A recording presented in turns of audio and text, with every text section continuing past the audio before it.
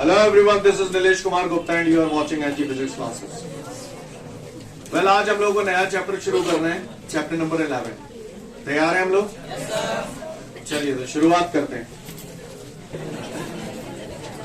Usually जो gases होती हैं, gases that are the bad conductor of electricity.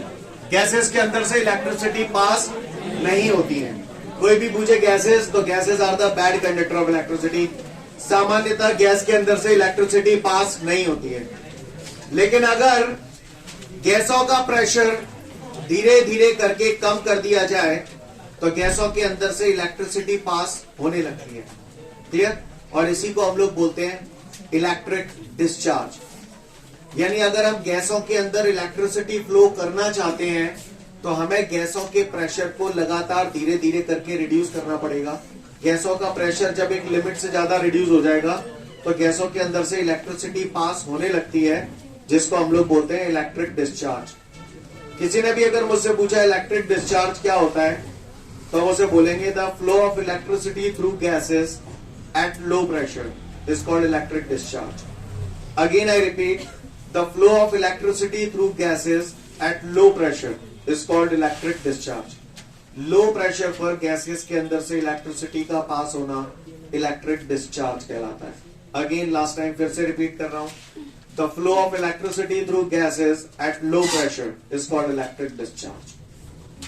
Electric discharge में साइंटिस्टों ने कुछ एक्सपेरिमेंट्स किए और उस एक्सपेरिमेंट में उन्होंने क्या किया, एक डिस्चार्ज ट्यूब ली. क्या ली?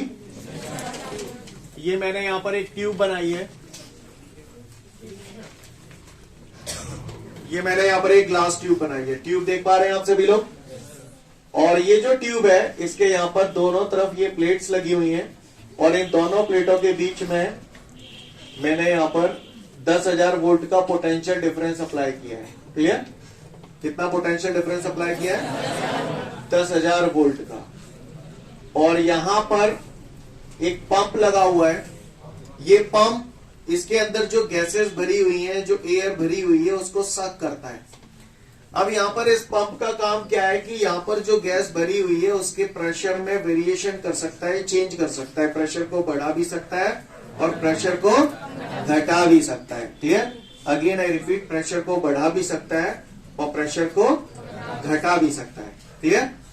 कौन? ये पंप.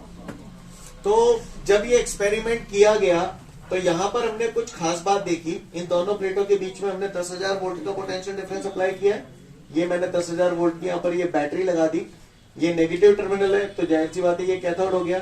ये पॉजिटिव टर्मिनल है तो ये एनोड हो गया. क्लियर? अगर नेगेटिव इधर हो जाता, पॉजिटिव इधर हो जाता तो कैथोड इधर हो जाता, एनोड इधर हो जाता. क्लियर? कहीं भी कर सकते हैं. तो मैंने देखा कि जब इस गैस का प्रेशर धीरे धीरे करके कम करते गए और कम करते करते जब गैस का प्रेशर यहां पर 0.01 मिलीमीटर ऑफ मरकरी, इतना प्रेशर हमने मेंटेन किया. कितना? 0.01 मिलीमीटर ऑफ मरकरी. इसे या तो ऐसे बोल दो या फिर ऐसे भी बोल दो, 10⁻⁻² मिलीमीटर ऑफ मरकरी. यानी जब इस डिस्चार्ज ट्यूब के अंदर इतना प्रेशर मेंटेन किया जाता है तो ऐसी सिचुएशन में इस गैस के अंदर इलेक्ट्रिसिटी का फ्लो होने लगता है, जिसको हम लोग बोलते हैं electric discharge. Again I repeat, the flow of electricity through gases at low pressure is called electric discharge. Clear? तो यहां पर हम गैस के प्रेशर को कम करते गए और कम करते करते जब प्रेशर इतना मेंटेन हो गया तो हमने देखा कि कैथोड से कुछ इनविजिबल रेज निकली. कैथोड से कुछ इनविजिबल रेज निकली. अब ये जो रेज है वो कैथोड के सरफेस के परपेंडिकुलर है. इन रेज को हम लोग बोलते हैं कैथोड रेज. क्या बोलते हैं? और ये जो इनविजिबल रेज है वो कुछ और नहीं है, नेगेटिवली चार्ज पार्टिकल इलेक्ट्रॉन है. कौन है ये?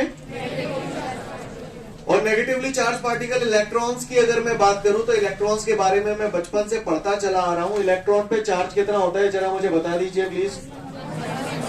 1.6 इंटू 10⁻⁻19 कूलम. हम सभी लोग इस बात को जानते हैं कि नहीं जानते? दूसरा, ये जो चार्ज पार्टिकल्स हैं, इलेक्ट्रॉन बोलते हैं हम इन्हें. इलेक्ट्रॉन पे चार्ज इतना हम लोग जानते हैं. और मास ऑफ इलेक्ट्रॉन कितना होता है by the way? 9.1 into 10⁻31 kilogram. Scene clear है? कहानी समझ में आ रही है? साइंटिस्ट थे जे थॉमसन. कौन? जे थॉमसन ने स्पेसिफिक चार्ज कैलकुलेट किया इलेक्ट्रॉन का. वैसे तो मैं पुराने चैप्टरों में स्पेसिफिक चार्ज ऑफ इलेक्ट्रॉन की बात कर चुका हूं। इस चार्ज की बात नहीं कर रहा है, स्पेसिफिक चार्ज। स्पेसिफिक चार्ज की बात करेगा तो चार्ज बोले तो ई, इलेक्ट्रॉन का चार्ज ई, उसमें मास का डिवाइड हो जाएगा E upon M. Clear. Specific charge of electron यानी वो ई बाई एम की बात कर रहा है और इसकी वैल्यू होती है 1.76 into 10 to the power 11 coulomb per kilogram. ओटीओ में बहुत पूछा जाता है स्पेसिफिक चार्ज ऑफ इलेक्ट्रॉन कितना होता है, तो ज्यादातर लोग 1.6 into 10 to the power -19 coulomb लगा के आ जाते हैं। क्लियर। स्पेसिफिक चार्ज कितना होता है 1.76 into 10 to the power 11 coulomb per kilogram. ओटीओ में बहुत आता है। क्लियर। बाई चांस मान के चलो आपको ये वैल्यू याद नहीं है तो आप इसे फाइंड आउट भी कर सकते हो, कैलकुलेट करके भी निकाल सकते हो, क्योंकि आप लोग जानते हो ई की वैल्यू हम लोग जानते हैं इलेक्ट्रॉन पे charge 1.6 into 10 to the power -19 coulomb. Mass electron का हम लोग जानते हैं 9.1 into 10 to the power -31 kilogram. इस पूरे टर्म को जब आप सॉल्व करोगे तो यही आएगा और ये कूलाम पर किलोग्राम। कहानी समझ में आ रही है? सीन क्लियर है? कोई दिक्कत? ध्यान रखना है इस डिस्चार्ज ट्यूब के अंदर प्रेशर कितना मेंटेन किया जाता है 0.01 मिलीमीटर ऑफ मरकरी, और you can say 10 to the power -2 millimetre of mercury. पढ़ लो, समझ जाओगे। इसके बाद हमारे सामने अगला क्वेश्चन है define electron emission. Define electron emission. Electron emission की अगर हम बात करें तो लिसन एवरीवन, ये मेटेलिक प्लेट है या मेटेलिक बॉडी है। कोई भी मेटल छोटे छोटे एटम से मिलकर बनती है। एटम के अंदर न्यूक्लियस होता है, न्यूक्लियस के चारों तरफ इलेक्ट्रॉन चक्कर लगाते हैं। इन शॉर्ट अगर मैं बोलूं तो मेटल्स के अंदर ये इलेक्ट्रॉन्स हैं। बोलो भैया। अब क्या हुआ, मैंने इस पे लाइट रे डाली। क्या डाली? लाइट रे डाली। तो लाइट एक प्रकार की एनर्जी है। ये एनर्जी यहां पर आई, जैसे इस इलेक्ट्रॉन ने इस एनर्जी को एब्सॉर्ब किया, एक्साइटेड हुआ और एक्साइटेड होके निकल लिया। तो इस तरीके से इलेक्ट्रॉनों का निकलना is called electron emission. The emission of electron from the metallic surface is called electron emission. Clear? The emission of electron from the metallic surface is called, क्या बोला, फिर से बोलो एक बार। The emission of electron from the metallic surface is called electron emission. इलेक्ट्रॉनों का जो एमिशन होता है वो 4 प्रकार से किया जा सकता है। कितने प्रकार से किया जा सकता है? 4 प्रकार से किया जा सकता है। एक एक करके हम सारे प्रकार देखेंगे। क्लियर? सबसे पहला एमिशन हम लोग जो देखने जा रहे हैं that is photo electric emission. कौन सा एमिशन? कौन सा emission? Photo electric emission. Photo electric emission. Clear? Photo electric emission. Photo electric emission यही था, ये जो मैंने आपको समझाया ये कुछ और नहीं है, फोटो इलेक्ट्रिक एमिशन ही है। जब किसी मेटेलिक सरफेस पे लाइट डाली जाती है, फोटो का मतलब ही होता है लाइट। सुना होगा आप लोगों ने फोटोसिंथेसिस प्रोसेस, फोटो का मतलब होता है लाइट, राइट? तो जब किसी मेटेलिक सरफेस पे लाइट रे डाली जाती है तो उस मेटेलिक सरफेस से इलेक्ट्रॉनों का निकलना है is called photo electric emission. ठीक है? लाइट डाल रहे हो यानी लाइट एनर्जी दे रहे हो और उसकी वजह से इलेक्ट्रॉन एमिट होने लगे यानी इलेक्ट्रिकल एनर्जी, राइट? तो किसी ने पूछा फोटो इलेक्ट्रिक एमिशन में कौन सी एनर्जी में कन्वर्ट होती है, तो बोला लाइट एनर्जी इलेक्ट्रिकल एनर्जी में कन्वर्ट होती है। क्लियर? क्या होता है फोटो इलेक्ट्रिक एमिशन में? एक बार फिर से बोल दो। और इस प्रोसेस से जो इलेक्ट्रॉन्स एमिट होते हैं ना उनको हम लोग बोलते हैं फोटो इलेक्ट्रॉन्स। क्या बोलते हैं? तो फोटो इलेक्ट्रॉन इसलिए बोल रहे हैं क्योंकि ये इलेक्ट्रॉन जो पैदा हो रहे हैं वो फोटो की वजह से हो रहे हैं। फोटो बोले तो लाइट की वजह से हो रहे हैं, लाइट एनर्जी की वजह से हो रहे हैं। समझ में आ रही बात? इसलिए इन इलेक्ट्रॉनों को हम लोग बोलते हैं फोटो इलेक्ट्रॉन। क्लियर है? कहानी समझ में आ रही है? तो किसी ने पूछ लिया फोटो इलेक्ट्रिक एमिशन क्या होता है तो बता दोगे? क्लियर? जब किसी भी मेटेलिक सरफेस पे लाइट डाली जाती है तो उस मेटेलिक सरफेस से इलेक्ट्रॉनों का निकलना is called photo electric emission. यहाँ पर लाइट एनर्जी इलेक्ट्रिकल एनर्जी में कन्वर्ट होती है। क्लियर है? और यहाँ पर जो इलेक्ट्रॉन एमिट होते हैं उसको हम लोग बोलते हैं फोटो इलेक्ट्रॉन्स। सीन क्लियर है? थोड़ा सा अगर मैं बस इतना ही लिख देना आप तो पर्याप्त है। बाकी का थोड़ा अगर डेप्थ में जाऊं तो अगर हम ये सोचेंगे कोई सी भी लाइट इस पे डाल दें और इलेक्ट्रॉन एमिट हो जाए तो ऐसा नहीं होता।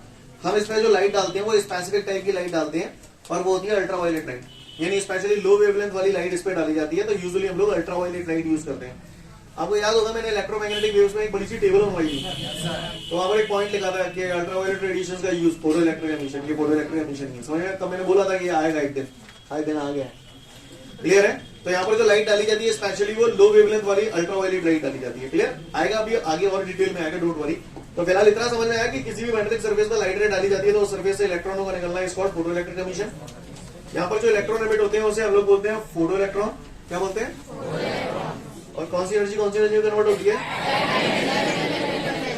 जी हाँ। दूसरा एमिशन होता है हमारा थर्मायनिक एमिशन। कौन सा एमिशन?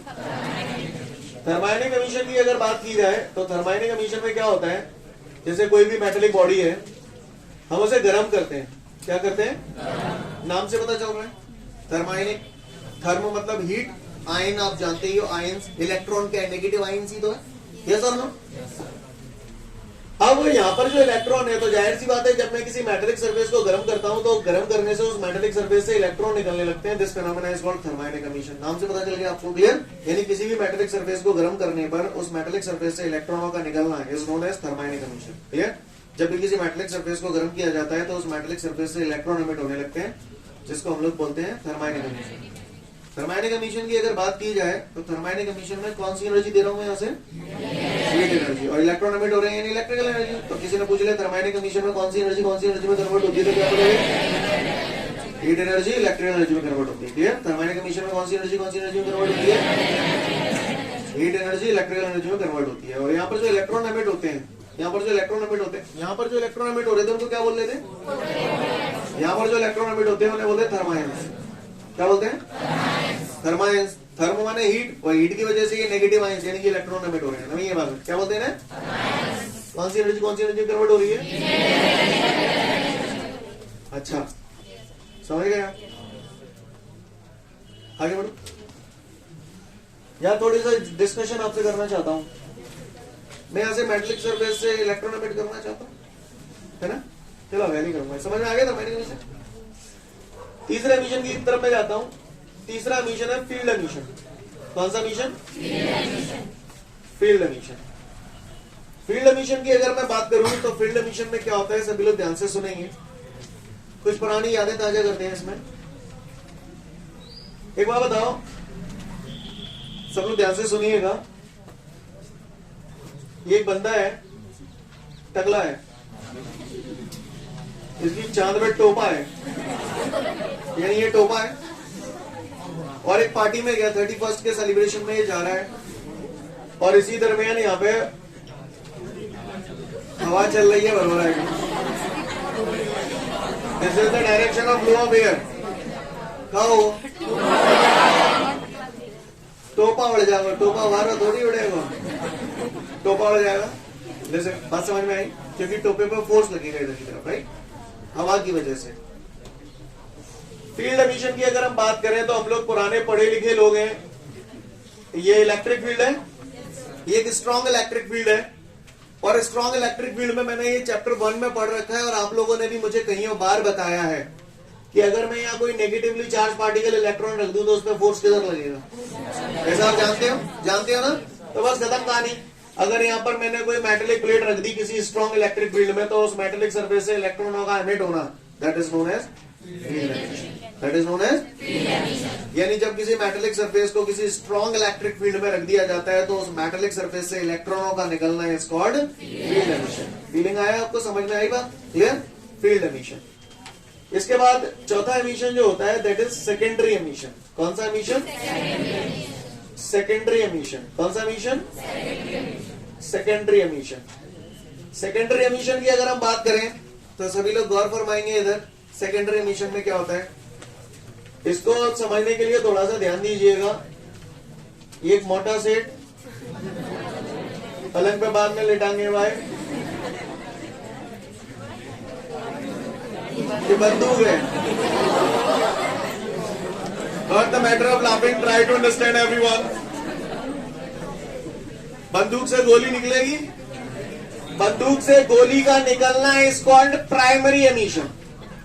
बंदूक से गोली का निकलना इज कॉल्ड प्राइमरी एमिशन। सबसे पहले गोली निकली, और गोली जब धसकेगी मोटा सेट में तो फाइनली खून निकलेगा, खून का एमिशन। क्या खूनी बातें कर रहे हैं हम लोग, हैं? पर बात समझ में आ रही है आपको? तो खून का निकलना इज कॉल्ड सेकेंडरी एमिशन। मैं केवल ये एक एग्जांपल है, पर बात को समझाने की कोशिश कर रहा हूं कि सेकेंडरी एमिशन, जिससे आपको थोड़ा सा फील आए कि सेकेंडरी एमिशन है क्या। गोली कहीं ना कहीं से निकल के आई, तो ये प्राइमरी एमिशन था। तो ये गोली जो है वो क्या है, एक हाईली एनर्जेटिक पार्टिकल है। तो जब हाईली एनर्जेटिक पार्टिकल किसी मेटेलिक सरफेस से स्ट्राइक करते हैं तो उस मेटेलिक सरफेस से इलेक्ट्रॉनों का निकलना इज कॉल्ड सेकेंडरी एमिशन। समझ में आ गई मेरी बात? क्लियर?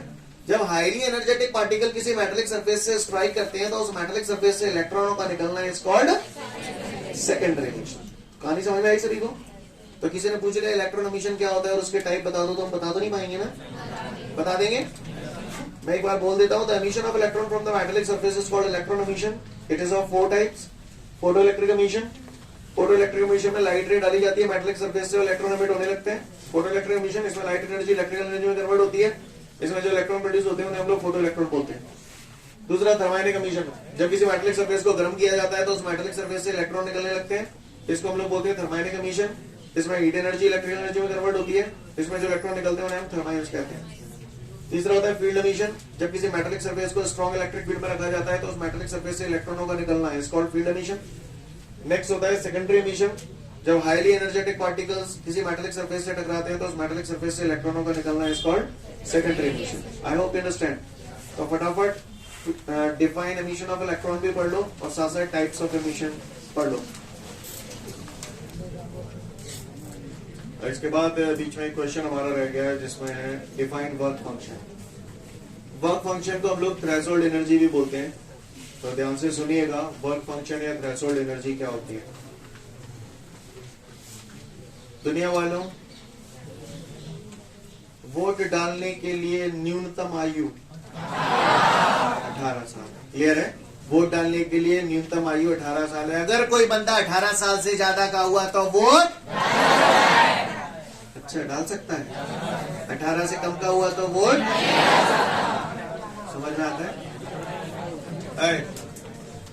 गधों की तरह रिएक्ट करना बंद करो और ध्यान से सुन लो, वरना कुछ नहीं होगा, कंफ्यूज हो गए बात में, है ना? So please listen to me very careful.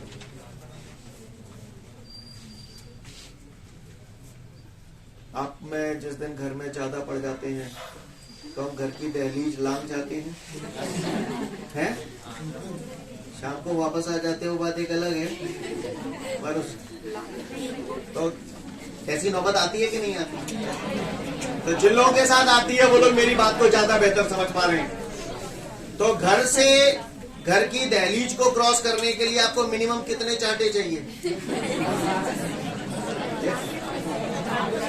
Listen everyone, तो सबकी अपनी अपनी कैपेसिटी है।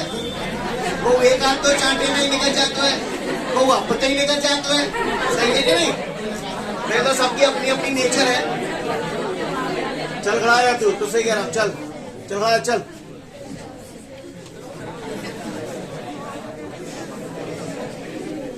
ये मेटेलिक सरफेस है, ये इलेक्ट्रॉन है। इलेक्ट्रॉन कौन है? ये इलेक्ट्रॉन। मैंने यहां पर लाइट दी, मैंने यहां पर लाइट दी, तो इस इलेक्ट्रॉन ने इस एनर्जी को एब्जॉर्ब किया और एब्जॉर्ब करने के बाद सबसे पहले यहां तक आएगा, फिर निकल लेगा। निकल लेगा नहीं निकल लेगा? तो इलेक्ट्रॉन को मेटेलिक सरफेस से एमिट करने के लिए कम से कम इतनी एनर्जी, तो यहां से इतनी एनर्जी तो कम से कम देनी पड़ेगी कि जनते से रख के जन्नो आ जाए। बोलो भैया, this is the minimum amount of energy which is required to emit the electron from the metallic surface. इसी को वर्क फंक्शन बोलते हैं। The minimum amount of energy which is required to emit the electron from the metallic surface is called work function. Work function को letter phi से denote करते हैं। और आपको आपकी समझदारी के लिए बता दूं, आपको ये चीज पहले से याद है, E बराबर एच न्यू। मुझे ऐसा लगता है जो पढ़े लिखे उन्हें याद है। तो बस यही फॉर्मूला है, को फॉर्मूला ना को तोप ना चला रहा, अंदाज बदल गया बस थोड़ा सा। एच यहाँ पर प्लैंक कांस्टेंट होता है, तो यहाँ पर भी एच प्लैंक कांस्टेंट होता है। इसकी वैल्यू फिक्स होती है, बिल्कुल घुट जानी चाहिए कल तक। 6.62 into 10⁻⁻34 joule into second. Clear? Mu zero होता है यहाँ पर थ्रेशोल्ड फ्रीक्वेंसी। क्या होती है ये? अब थ्रेशोल्ड फ्रीक्वेंसी क्या होती है वो मैं आपको बताऊंगा। अवेल डोंट वरी, उसके लिए थोड़ा सा पेशेंस रखें। जैसे न्यू फ्रीक्वेंसी होती है या nu zero threshold frequency. Phi को बोलते हैं वर्क फंक्शन।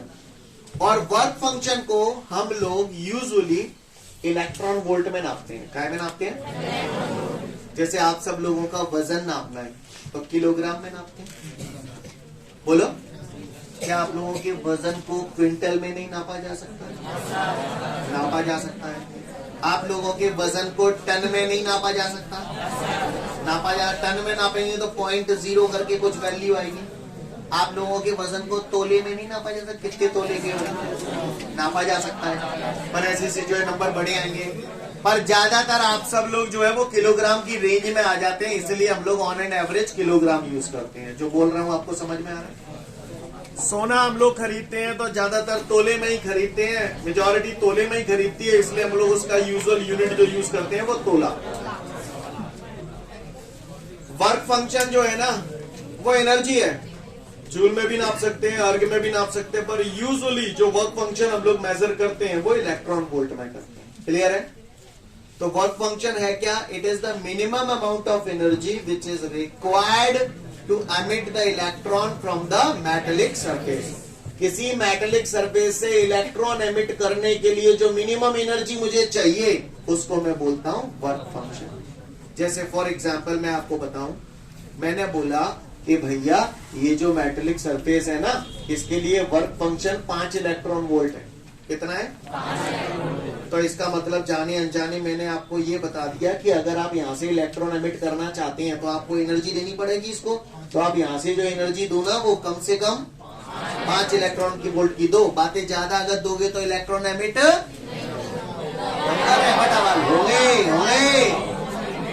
होंगे। इसलिए मैंने बोला था वोट डालने की मिनिमम एज 18 साल। बातें ज्यादा होगी तो वोट दे, ऐसा ही। Clear? The minimum amount of energy which is required to emit the electron from the metallic surface is called work function.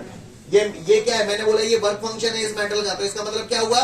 ये वो मिनिमम अमाउंट ऑफ एनर्जी है जो यहाँ से इलेक्ट्रॉन एमिट करने के लिए जरूरी है। मतलब जब मेटेलिक सरफेस है 5 इलेक्ट्रॉन वोल्ट एनर्जी देगा तब जो इलेक्ट्रॉन छोड़ेगा। जानते नहीं आई मेरी बात समझ में?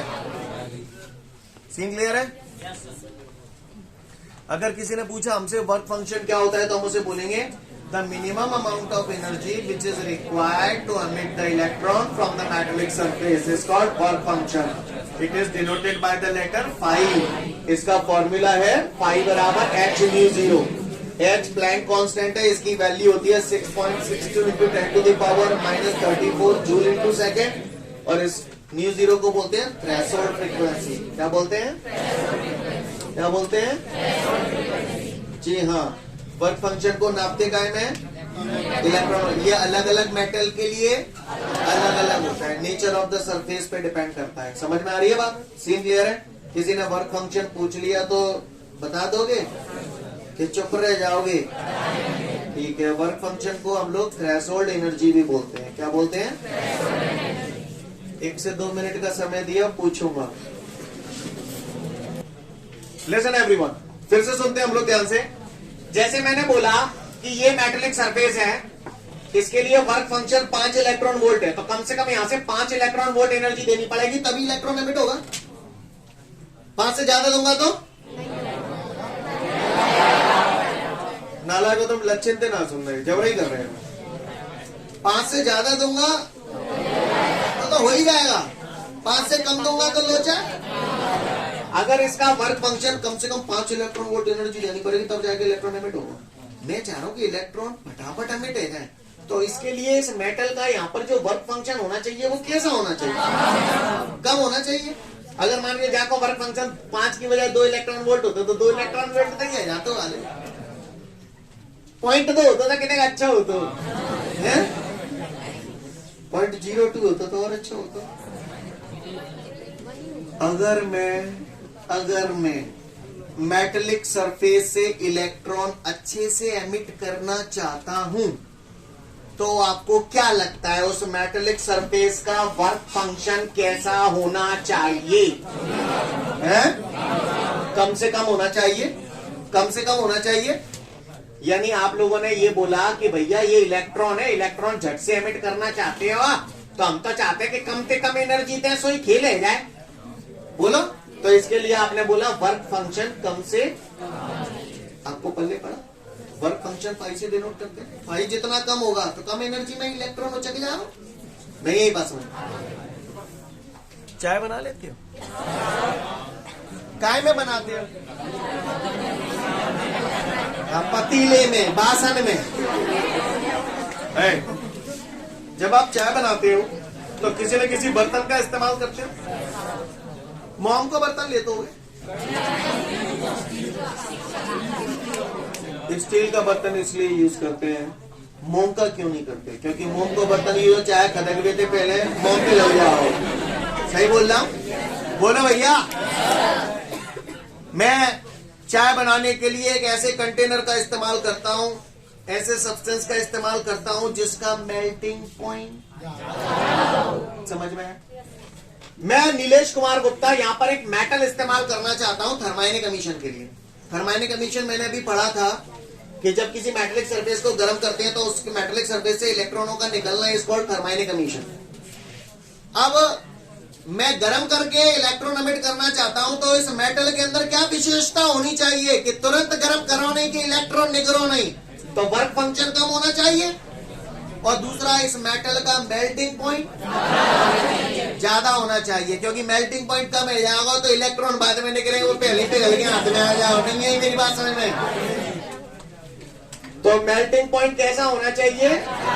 ज्यादा होना चाहिए। वो पूछेगा what are the desirable qualities in a metal which is required for thermionic emission. Thermionic emission के लिए जिस मेटल का इस्तेमाल हम लोग करना चाहते हैं उस मेटल के अंदर क्या विशेषता होनी चाहिए? तो उसका मेल्टिंग पॉइंट बहुत ज्यादा होना चाहिए और वर्क फंक्शन बहुत। इसीलिए थर्माइनिक एमिशन के लिए सबसे उपयुक्त मेटल जो होती है वो होती है टंगस्टन।